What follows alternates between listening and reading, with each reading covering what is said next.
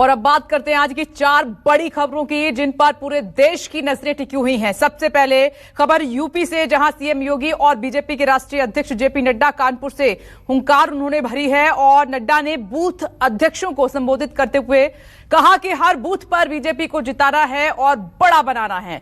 BJP देश और राष्ट्र धर्म के लिए समर्पित पार्टी है। वहीं दूसरी तरफ सीएम केजरीवाल ने मिशन पंजाब पर आज शिक्षकों से बड़ा वादा किया है। उन्होंने शिक्षकों से 8 वादे किए हैं, जिसमें उनको कंफर्म करने की बात भी कही गई है। वहीं आज ममता बनर्जी सोनिया गांधी से मुलाकात कर सकती हैं और आगामी संसद सत्र और 2022 के चुनाव पर दोनों के बीच बात हो सकती है। तो चौथी बड़ी खबर मनीष तिवारी से जुड़ी हुई है, जिन्होंने 26/11 हमले के बाद पाकिस्तान पर हमला न करने के लिए अपनी ही पार्टी की मनमोहन सरकार पर अपनी किताब में सवाल उठा दिए हैं, जिस पर बीजेपी ने कांग्रेस को घेर लिया है। तो ये 4 बड़ी खबरें, 4 तस्वीरें। उत्तर प्रदेश में खासतौर पर पश्चिमी यूपी पर अब बीजेपी की नजर। राष्ट्रीय अध्यक्ष जेपी नड्डा दौरे पर हैं। अमृतसर में केजरीवाल बड़ा ऐलान किया है शिक्षकों के लिए। दिल्ली में मुलाकात कर सकती हैं दीदी सोनिया गांधी से।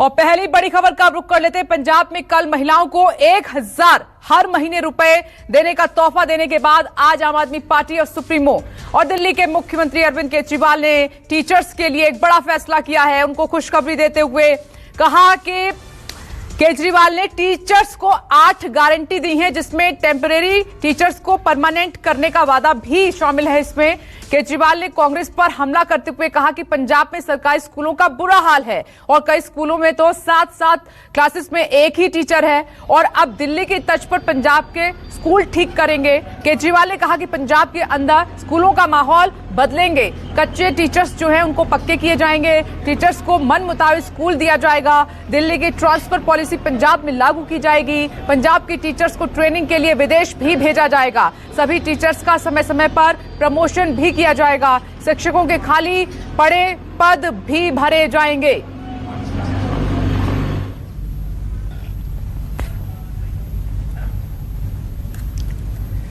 पंजाब के सरकारी स्कूलों को ठीक करेंगे।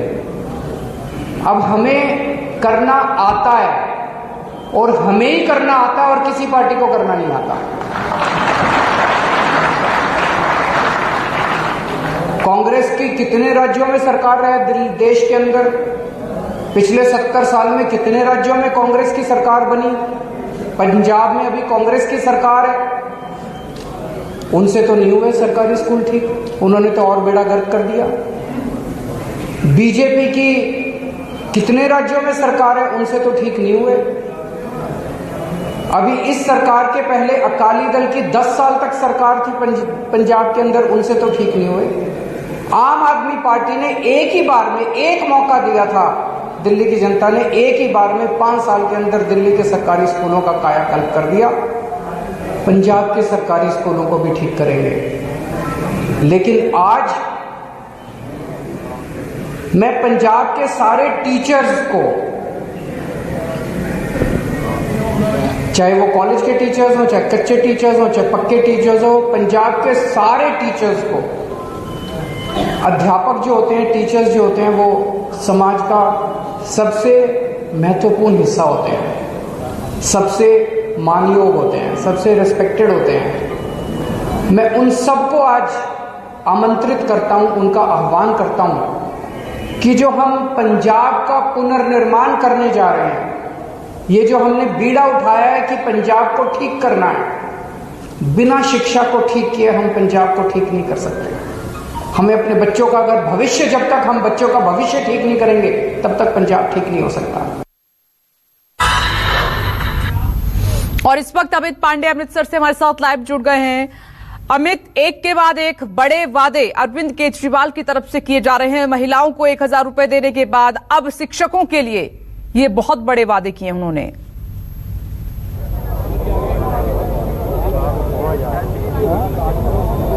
जी बिल्कुल विपनेश, जैसा आम आदमी पार्टी और सीएम अरविंद केजरीवाल का शुरू से हमने रणनीति देखते वो स्टेप बाय स्टेप बढ़ते हैं और अपने अगर पिछले एक महीने का आपने पूरा जो कैंपेन है आम आदमी पार्टी का पंजाब में अगर उस पर गौर करें तो वो हर वर्ग को छूना चाहते हैं। पहले कल वो टैक्सी और ऑटो यूनियन के जो लोग हैं उनके जो ड्राइवर्स हैं उनसे मिले, दिलीप तिवारी एक ऑटो रिक्शा ड्राइवर उसके घर गए, वो एक तबका है जो सबसे निचला तबका उसको छुआ मुख्यमंत्री अरविंद केजरीवाल ने। उससे पहले महिलाओं को लेकर प्रति महीने 1000 रुपए देने का जो इन्होंने ऐलान किया, उससे पहले ट्रेडर्स से लगातार मुलाकात कर रहे हैं। तो ये एक रणनीति के तहत हर दिन आम आदमी पार्टी पंजाब में आगे बढ़ रही है। और अब जो कल से हमने जो रुख देखा है, क्योंकि इससे पहले अरविंद केजरीवाल जो है इतने हमलावर नहीं थे खासकर चन्नी को लेकर, लेकिन कल से जो तस्वीरें बदली हैं इसका मतलब साफ है आम आदमी पार्टी अब पुरजोर तरीके से पंजाब में घुस रही है और आने वाले दिनों में जो हमले शुरू हुए हैं ये और तीखे होंगे। क्योंकि जिस तरह आज उन्होंने चन्नी को कल उन्होंने कहा था कि सीएम चन्नी जो है वो नकली केजरीवाल है, और आज उन्होंने सीधे उनके एडमिनिस्ट्रेशन पर हमला किया और उसके बाद सिद्धू को उन्होंने जिस तरह तारीफ की और चन्नी को जिस तरह कहा कि चन्नी जो है वो सिर्फ बातें करते हैं, उन्हें कुछ आता नहीं है करना। तो ये जो तरीके हैं, अब जो लगातार रणनीति है आम आदमी पार्टी बदल रही है और कल से पूरी तरह से हमलावर हो चुकी है। इससे पहले अगर हम अरविंद केजरीवाल की तो बात करें तो वो आस्ते आस्ते बढ़े तो बहुत ज्यादा हमलावर नहीं थे, लेकिन कल पूरी चीजें बदल गई हैं और अब आने वाले समय में घोषणाएं जो हैं वो लगातार बढ़ेंगी। आज उन्होंने टीचर्स पे किया, आने वाले समय में ये हम मान के चल रहे हैं और जो हमारे सोर्सेज बता रहे हैं कि आने वाले समय में एजुकेशन के बाद जो हॉस्पिटल जो दिल्ली का रोल मॉडल है अब उस पर आम आदमी पार्टी बढ़ेगी। और उससे पहले जो ट्रेडर्स है, ट्रेडर्स एक अहम रोल निभाते हैं पंजाब में अगर बात करें तो, क्योंकि जो ट्रेडर्स है वो खुश नहीं है जो रूलिंग गवर्नमेंट है कांग्रेस से। इससे पहले अकालियों से भी वो बहुत ज्यादा खुश नहीं रहे, बार बार ये ट्रेडर्स कहते हैं हमें उनसे धोखा मिला है। और जिस तरह टैक्सेस हैं पंजाब में इसको लेकर काफी परेशान है। इसलिए एक जो दूसरी रणनीति है ट्रेडर्स को, क्योंकि बहुत बड़ा वोट बैंक है पंजाब में ट्रेडर्स का, और ऐसे में ट्रेडर्स को साथ लाना आम आदमी पार्टी के लिए बहुत महत्वपूर्ण है। और जिस तरह हमने इससे पहले देखा था लुधियाना में उन्होंने ट्रेडर्स से बात की थी, बठिंडा में ट्रेडर्स से बात की थी और आज अमृतसर में 2:30 बजे के आसपास ट्रेडर्स से बात करेंगे। तो ये एक नई रणनीति देखने को मिल रही है। और अब आने वाले समय में ये देखना होगा कि कांग्रेस कैसे जवाब देगी, क्योंकि दो बहुत महत्वपूर्ण आज उन्होंने हमला किया है। एक जिस तरह सिद्धू की तारीफ की है और चन्नी को कहा है कि सिद्धू को दबाने की कोशिश की जा रही है। इसका मतलब ये है कि साफ तौर पर एक तीर से दो निशाने किए गए। एक सिद्धू की तरफ से हमेशा आम आदमी पार्टी सॉफ्ट रही है, सीएम केजरीवाल जो है वो सॉफ्ट रहे। दूसरा, अगर सिद्धू की तारीफ करते हैं तो चन्नी का जो राजनीतिक समीकरण है वो गड़बड़ा सकता है, क्योंकि जिस तरह हाल फिलहाल में हमने जिस तरह देखा है कि चन्नी सिद्धू को साइडलाइन कर रहे हैं और जो फैसले ले रहे हैं चन्नी लगातार ले रहे हैं। और ऐसे में इस तरह का बयानबाजी अगर विपक्षी पार्टी के नेता की तरफ से आता है तो उनके बीच में भी ठीक है, हमले तो कर ही रहे हैं दिल्ली की तर्ज पर पंजाब जीतने की कोशिश। शुक्रिया आपका। एक और बड़ी खबर कानपुर से, जेपी नड्डा की हुंकार, देश के लिए समर्पित पार्टी है बीजेपी, ये कहा है राष्ट्रीय अध्यक्ष जेपी नड्डा ने। बीजेपी राष्ट्रवाद से विपक्ष परिवारवाद से प्रेरित है, बीजेपी सबके विकास के लिए प्रतिबद्ध है। तो ये इस वक्त की बड़ी खबर। उत्तर प्रदेश के दौरे पर बीजेपी राष्ट्रीय अध्यक्ष जेपी नड्डा और वहां पर लगातार वो बूथ अध्यक्षों से बात कर रहे हैं, पार्टी को मजबूत करने की लगातार कोशिश कर रहे हैं। साथ में मुख्यमंत्री योगी आदित्यनाथ हैं, उन्होंने कहा कि देश के लिए समर्पित पार्टी है बीजेपी और इसी भाव से आपको काम करना है, क्योंकि एक बार फिर से 2017 की तरह 2022 में बीजेपी शानदार तरीके से कमबैक करने की कोशिश कर रही है। और अब आने वाले दिनों में आप देखेंगे, क्योंकि 13 दिसंबर से लेकर 13 जनवरी तक आपको उत्तर प्रदेश में बीजेपी के तमाम बड़े नेता नजर आएंगे। ताबड़तोड़ दौरों का दौर शुरू हो चुका है। पूर्वांचल के बाद पश्चिमी यूपी को साधने की पूरी कोशिश की जा रही है। साथ ही बूथ अध्यक्षों से तो बात हो ही रही है, लेकिन उधर जाटलैंड किसानों से बात की जा रही है। साथ ही जो ब्राह्मण वोट बैंक है उस पर भी पूरी नजर है बीजेपी की। तो क्योंकि अब राष्ट्रीय अध्यक्ष जेपी नड्डा पहुंचे हैं तो जाहिर सी बात है, चाहे वो बूथ अध्यक्ष हो या फिर कार्यकर्ता हो, पार्टी के अन्य नेता हो, जान फूंकने की कोशिश की जा रही है। कुछ तस्वीरें उस वक्त की हैं जब गुरुद्वारे पहुंचे थे बीजेपी राष्ट्रीय अध्यक्ष जेपी नड्डा मत्था टेकने के लिए कानपुर में, और मुख्यमंत्री योगी आदित्यनाथ उनके साथ मौजूद हैं। बूथ को मजबूत करने के लिए एक मेगा प्लान बीजेपी की तरफ से तैयार किया गया है और उसी को आगे बढ़ाते हुए बीजेपी राष्ट्रीय अध्यक्ष जेपी नड्डा, उन्होंने कहा कि बीजेपी सबके विकास के लिए सोचती है, बीजेपी राष्ट्रवाद से प्रेरित है, वो परिवारवाद से प्रेरित है। देखिए, विपक्षी पार्टियों पर एक बार फिर से निशाना साधा है राष्ट्रीय अध्यक्ष जेपी नड्डा ने, क्योंकि उन्होंने कहा कि हम सबका साथ सबका विकास के बारे में सोचते हैं, लेकिन जो विपक्षी पार्टियां हैं वो सिर्फ और सिर्फ अपने परिवार के बारे में सोचती हैं। इसी तरीके से निशाना साधते हुए उन्होंने कहा कि 2022 में बीजेपी को जिताना है और इसके लिए हमें हर स्तर पर हर तबके को एक साथ लेकर चलना होगा, हर किसी के लिए सोचना होगा। से प्रेरित है, वो परिवारवाद से प्रेरित है, हम राष्ट्रवाद से प्रेरित हैं, वो वंशवाद से प्रेरित है। भारतीय जनता पार्टी ही एक ऐसी पार्टी है जिसमें सामने बैठा हुआ कार्यकर्ता कल को मंच पर चाहे वो प्रदेश का नेतृत्व करे, चाहे वो पार्टी का नेतृत्व करे, इसकी ताकत है। ये कांग्रेस पार्टी में संभव नहीं है। उसमें अगर आपको आगे बढ़ना हो तो एक ही परिवार में पैदा होना पड़ता है। मानस श्रीवास्तव इस वक्त हमारे साथ मौजूद हैं। मानस, एक बार फिर से विपक्षी पार्टियों पर निशाना साधा है कि हम विकास के बारे में सोचते हैं, विपक्षी पार्टियां सिर्फ परिवार के बारे में सोचती हैं।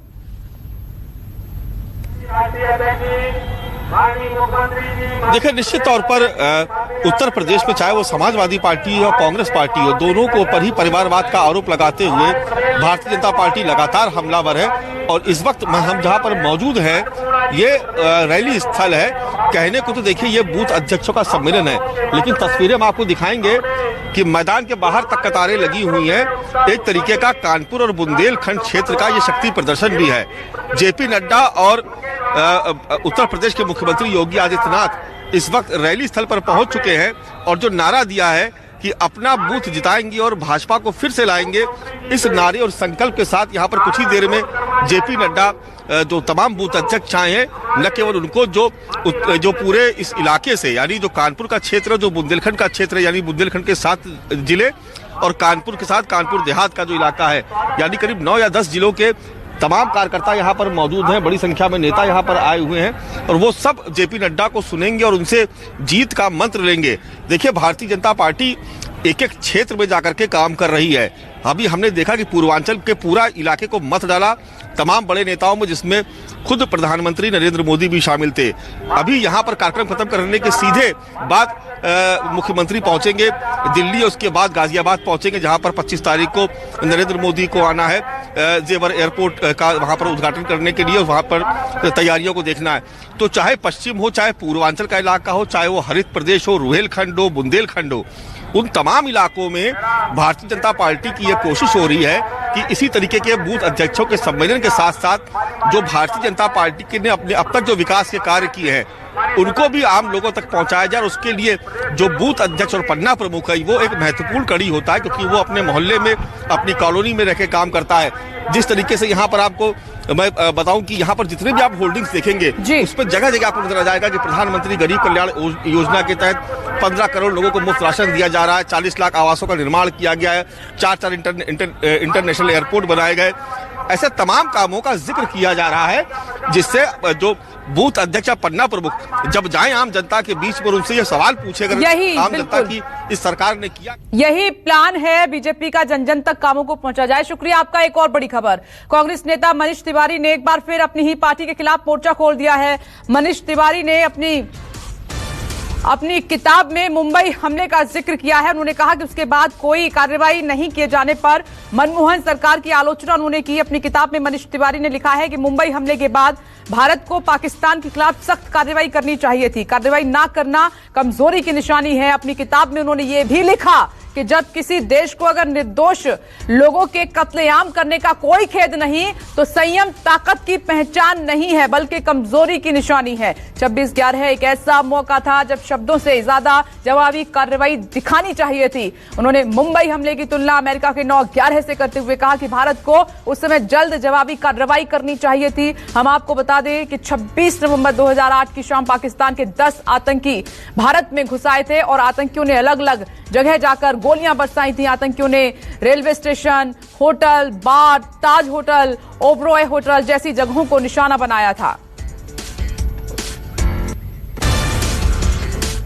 एक और बड़ी खबर, बीजेपी ने मनीष तिवारी के मुंबई हमलों पर दिए बयान को लेकर तत्कालीन प्रधानमंत्री मनमोहन सरकार पर निशाना साधा और बीजेपी ने आज प्रेस कॉन्फ्रेंस कर कांग्रेस सरकार को निठल्ली और निकम्मी बताया है। बीजेपी ने कहा कि कांग्रेस की सरकार निठल्ली और निकम्मी थी और भारत की अखंडता की उनको कोई चिंता नहीं थी। बीजेपी ने आगे पूछा कि क्या इस मुद्दे पर कांग्रेस अध्यक्ष सोनिया गांधी और राहुल गांधी आज अपनी चुप्पी तोड़ेंगे। है ये बात कि कांग्रेस की जो सरकार थी वो निठल्ली निकम्मी थी, लेकिन राष्ट्र सुरक्षा जैसे मुद्दे पर भारत की अखंडता की भी उनको चिंता नहीं थी। हर भारतीय ये बात कहता था, देश ये बात जानता था, बीजेपी भी यही बात कह रही थी। आज कांग्रेस शासन में पूर्व केंद्र मंत्री मनीष तिवारी जी ने स्वीकारा है, कबूल लिया है कि उनकी सरकार ने राष्ट्र सुरक्षा को दांव पर लगा दिया। कांग्रेस पार्टी की अध्यक्षा सोनिया गांधी जी, राहुल गांधी जी क्या आज अपनी चुप्पी तोड़ेंगे? सोनिया गांधी जी, हमारा प्रश्न है आपसे, ये अनुमति और खुली छूट भारत की वीर सेना को क्यों नहीं दी गई? हमारी वीर सेना पूर्व प्रधानमंत्री मनमोहन सिंह जी से अनुमति मांग रही थी कि पाकिस्तान की क्या हैसियत, हम उनको सबक सिखाएंगे। लेकिन ऐसा क्यों हुआ सोनिया गांधी जी? हमारी वीर सेना को, जिसका लोहा पूरे विश्व में हर कोई मानता है, यह अनुमति नहीं दी गई। प्रशांत देव इस वक्त हमारे साथ मौजूद हैं। तो प्रशांत, अब कोई और नहीं है बाहर का नेता, मनीष तिवारी कांग्रेस के ही नेता हैं, उन्होंने अपनी ही पार्टी पर हमला कर दिया है। अब बाहरियों की लिस्ट तो बहुत लंबी है, बीजेपी को मुद्दा मिल गया।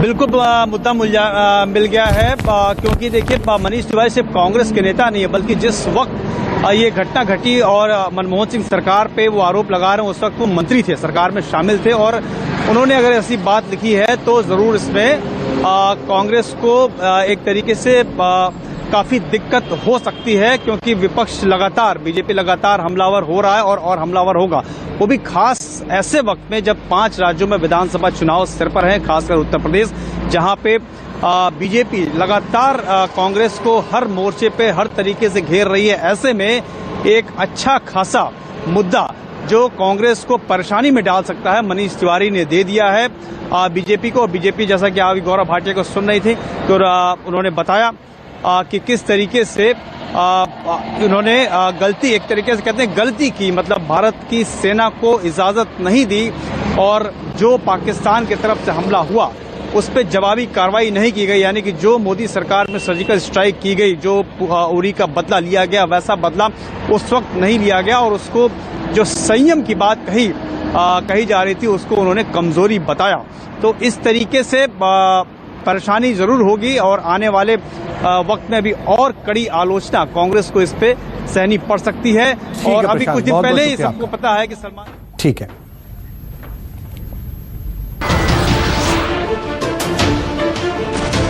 नमस्कार, मैं हूं मानक गुप्ता।